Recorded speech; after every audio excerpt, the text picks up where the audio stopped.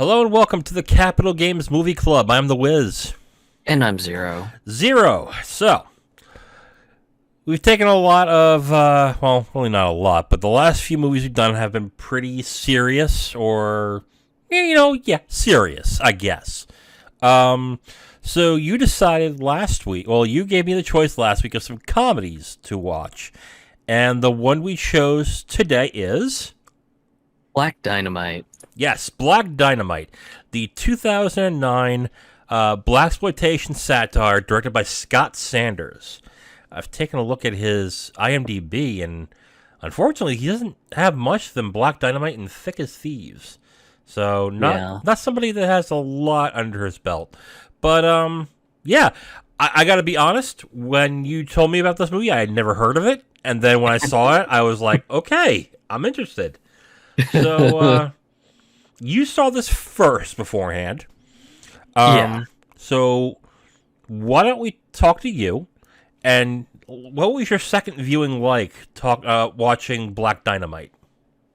It's one that is just an evergreen comedy for me. I always still get laughs from some of the gags and everything. Mhm. Just I think really for me what I find charming is just the styling of the film. Mhm. That it's got the old fashioned film grain to it, and Yeah. that's because apparently they actually used some actual Kodak 35 millimeter film for this movie. Which, when I found that fact out, it just kind of blew me away. I was like, "Holy cow!" Just I didn't think anyone was insane enough to just film on actual 35 millimeter film, since digital's just so damn cheap and you can just kind of put any sort of rendering effects in post. Mhm. But they went the extra mile and actually factually filmed with 35 millimeter film, and it just feels just like a vintage blaxploitation movie. But when you see the date that it was made, you're just like, whoa, holy cow, this was recent. Wow, holy cow. Yeah. I will say though, there are some and I wouldn't be surprised if this is true. There's some instances where it does seem like they're using digital cameras and they're using an inauthentic film grain, but it's more of the more outlandish action scenes where I really feel like, oh, that doesn't look as authentic. But it's not a distraction, really. It's more of if you're paying attention to it, like really, if you're really paying attention, you'll catch it. But at no point was I watching this going, this is just it's not just something that they just added on top. It does feel authentic to an extent. So yeah. But as usual, just the fight choreography is just an absolute treat. But that's also because Michael Jai White is a very accomplished martial artist as well too. So definitely no surprise there. Yeah, Michael Jai White, if I recall correctly, his most famous role was Spawn. He was Spawn. Yeah, that's unfortunate. Spawn has not aged well since it was released. But yeah, right. I mean, I will point out by saying my experience with blaxploitation films are limited. I've seen Foxy Brown, Jackie Brown, Django Unchained, Shaft, and Across 110th Street. That's it. Those are the only ones I've seen. So I'm coming at this like knowing the genre, but not being real intimate with it. And Right. I did enjoy the film. It was real. There was some pretty funny gags and some funny lines in the movie. But this movie kind of reminds me, when I was watching it, I was definitely getting the reminder of Austin Powers. And the reason why is not because it's set in the past and it's a throwback. It's more of the lines of, when I watched Austin Powers, when I saw it in the theaters in '97, I liked it a lot. I thought it was funny. But then when I started watching James Bond movies a lot, I really started to get more and more references from James watching James Bond movies from Austin Powers, and I liked it even more because of it. Right. My feeling is, again, being a novice of this type of genre, if you really like the genre, I think this movie is.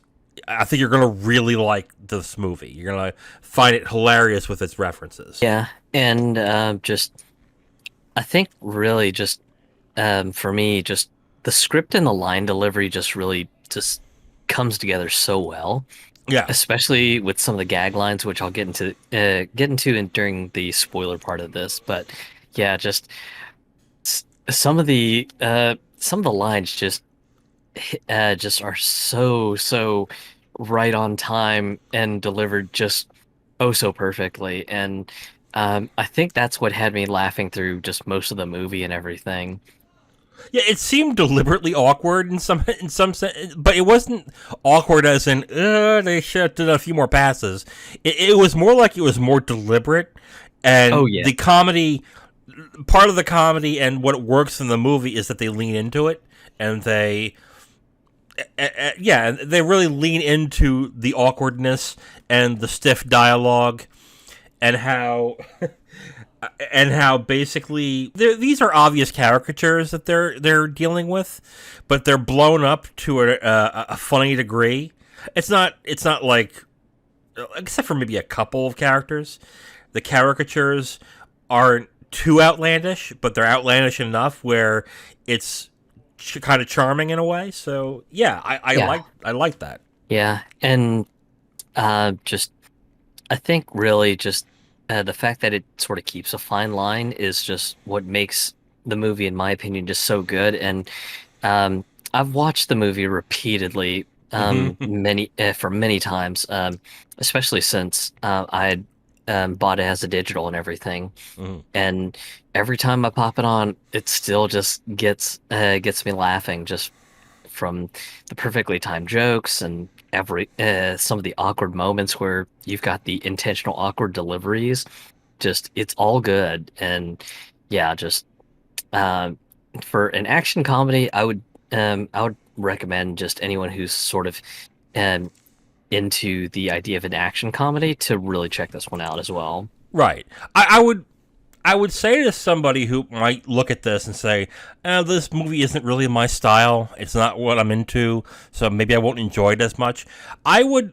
I think the me comparing it to Austin Powers was just maybe it was off. I would more do it for the Naked Gun, because the Naked Gun, yeah, you would have to be familiar with crime movies, but there's so many sight gags and there's so much ridiculousness in the movie that you could still enjoy it without the knowledge. And I think that's the same with Black Dynamite. Like, you can actually enjoy this movie without really watching any blaxploitation films. You'll get more of an appreciation of it, but I think you can enjoy this and laugh your ass off at certain parts just by watching the movie without that knowledge. Wow. Okay. So, getting to spoilers.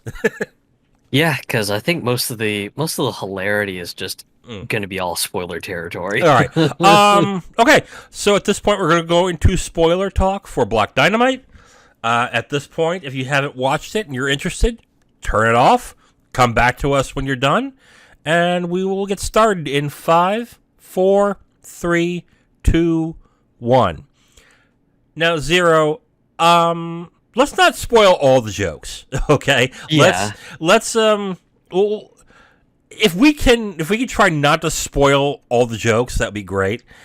But I one of the things I enjoy, like I laughed at every time in this movie, is when the oral call sign comes up, the dynamite, Yeah. dynamite. And the funniest one was when Dynamite was 12 years old. He throws the kids out the window. Oh, My man. God. Yeah, that one, holy cow. It's just, just, just, the kids just calling him an orphan. I was just Orphan. like, oh my, oh no, this is not gonna end well for those kids. And they're just, you're beep. just being hucked out the window. Just like, oh my god. Yeah, I know. On your mention of some of the jokes having an intentionally awkward delivery, I think Mhm. one of the ones that stands out the most to me was the one where Dynamite and Glory are kind of walking around the neighborhood after things Oh have no. cleared up, and Gloria sees the girls Oh god, I love that playing scene. double dutch on the jump ropes. And of course, the two young girls are like, "Yeah, my daddy's name is Black Dynamite. Yeah, my daddy is also named Black Dynamite." And then you see Gloria giving him the side eye, and then Dynamite's like, "Oh, hush up, little girls. Lots of hip cats got that name." And I was just like, "Holy cow!" Oh god. Yeah, the delivery, the intentionally awkward delivery was so good. Or during the stereotypical romance scene, not the sex scene, but the scene where they're playing in the field and she's trying to do the "oh, you're coming after me," and he's like, "what the hell are you doing?" You're like, what? um yeah, Yeah, and like, then go ahead. I think and then you've got some of like the physical humor lines and some of the lines that just had some excellent delivery. Um like one of the lines that's towards the end of the movie is just where Dynamite has a major moment where just Bullhorn's been killed and everything, and he's like fiendish Doctor Wu, you done fucked up now. I was just like, oh man, he's getting ready to just start laying the beat down. And then of course the boomerang gag was hilarious too, where just the boomerang just suddenly comes out of a window and just hacks off Doctor Wu's hand, and of course Dynamite's just like, "Ha! I threw that shit from the other room." It's just like, oh my god. I think god, what was there's a lot of funny stuff in this movie. The kids are the one with the orphan gag was probably the funniest for me. I think I'm surprised, as crazy as the ending was, that it wasn't appropriately crazy enough. Yeah, it was a little bit tame. Um, I don't know about tame. Well, yeah, kind of. You're right. You're right. Actually, it is a little tame, but it just I don't know. Like, I guess because he's called Tricky Dick, I guess that kind of works in this. But Yeah. I just yeah, like the ending, the last 5 minutes, I was like at first I was like, oh my god, where's they gonna go next with? Oh my god, and then at the end of the fight, I was like, all right, yeah, sure. So every death scene of his friends is pretty funny. I think Cream Corn was probably the funniest. Yeah. Oh shit, Cream Yeah. Corn. Yeah, that one was pretty wild. And then of course the intro of the movie was just so good. Just uh Jimmy just being quietly called out, and then of course just kind of backing himself into a corner going, and what kind of jive punks do you think I am? I ain't no snitch.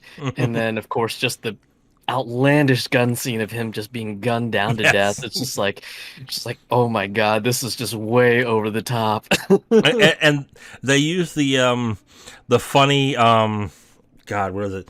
The stereotypes they use in those action movies where they would sniff the bullet and lick the bullet and just be like, "Oh, I know this type." I'm like, "What?" It's like Yeah, that was a pretty wild gag too. yeah. I mean, I thought the movie was funny. Um,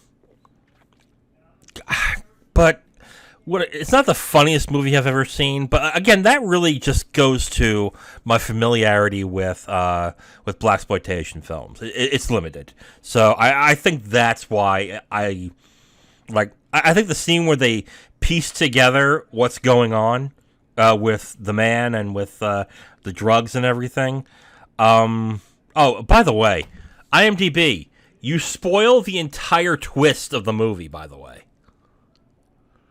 Like the what's it, IMDb or there was a plot synopsis I read somewhere, and it was just a standard plot, like the plot line of what happens in the movie, but they spoiled the big gag in the movie, which Right. I was so pissed when I saw that. I was like, that's going to be a big deal, isn't it? And then, sure enough, it's probably one of the funniest gags in the movie, and it Yeah. was kind of ruined because it's like, oh, great. I was surprised they showed that guy's penis. That was kind of funny. Yeah, that was a bit of a shock. It's like, whoa. It's like, you want to die or something? I'm like, uh, you want to die? Okay. Yeah. Um, God. yeah, and I was gonna say, I think probably one of my favorite fights with just some of the best choreography was probably the hip pocket fight. That one was probably by far one of my favorites, and also some of the funniest stuff happened in that fight too. Yeah, I like how when it's Black Dynamite who's fighting, it's expertly choreographed, well fought, well executed. But one of his friends, it is so poorly done. It is so bad that it's just like, oh, okay, is that what you're doing? Like, was it like in the beginning of the film where he was fighting those people at the bar? And then Bullhorn came by and he was like, I'll take it from here, Black Dynamite. And Yeah, literally, yeah, he that misses and every punch. yeah, that was the latter part of the hip pocket fight, and yeah, Oh, just yeah. and I think that they ended up leaving an intentional outtake where he actually ends up slapping the guy, Yeah. and I was just like, oh my god, that's just too funny. Oh my god. Yeah. Okay. Um, do you want to go more on this, or should we stop here because we really don't want to spoil the all the jokes. Yeah, I think. Go ahead. it's probably a good point to stop because yeah, just for anyone who's still with us in the spoiler portion, yeah, just for us to spoil the whole thing and you not to watch would just be a travesty because this movie is just way too funny. Yeah. You gotta come in just just ready for the jokes because they just hit hard and fast, and by the end you'll just kind of be in a whirlwind going, my God, just all the jokes were really good and hit on the nose for the most part. Right. I also like how they used the same tactics at the time, the same shooting tactics at the time, when it came to doing action scenes, like the deliberate cuts, the the stock footage that they had used for all the crashes, like whenever a car would come down the hill, it would explode automatically before it even hits the ground. Right. I I love, and they would show the same thing for each one over and over again. It was funny. I liked that a lot. I mean, like I think I said before the spoilers. I mean, to get more of an appreciation, if you have a more of appreciation of blaxploitation, I really think you'll enjoy this. But if you don't, it's funny. It is a funny movie. So yeah, let's go to our final thoughts. Zero, why don't you go ahead? Um, my final thoughts, pretty much, um, the movie's still great, even for the many times that I've watched it over and over again. Um, I think really just the the appreciation for the cinematography is definitely one of the points that it has going for it, especially since it kind of replicates the vintage blaxploitation film look with the film grain and everything, and then just the great timing on the delivery of the jokes, be they the awkward sort of jokes or just some of the more slapstick style jokes, just they land quite well, and it's just a laugh riot throughout the whole film, and uh, really just it's like you said, and I'll echo the same sentiment. Just you don't have to be a fan of blaxploitation movies to enjoy this. This is definitely enjoyable without it, but if you have the perspective, then you're probably going to get a lot more out of the movie than than anyone who may not have an appreciation for blaxploitation films. So yeah, I'd definitely say go watch it, especially since it's on HBO Max right now. Right. So there's really no excuse not to pass up on watching it. And one key point to talk about as well is this movie runs at a good clip. It's only an hour. It's not even an hour and 30 minutes. So if it's also so it's a quick movie to go through. It's never boring. There's never really a dull moment, and when the dull moments and the slow moments that happen are filled with jokes, so you're still laughing when it's happening. So yeah, I mean, what more can be said? It is genuinely a funny movie. Um, it's on the crass side, but I like crass humor, so I'm good with that. Um, uh, like Zero said, you don't need an appreciation of blaxploitation to enjoy it. It you will enjoy it more if you do, but I came away from this really enjoying it and just coming up with just having my favorite lines and favorite gags on there that I personally enjoyed. I probably will watch it again. And now that I think Zero told me before this that there's an animated series of this, I'm probably going to check that out too. So yeah, I would recommend this as well. It's a good movie. With that, won't we ask a quick question? Won't we? Sure. Okay. What's your favorite blaxploitation film? Oh.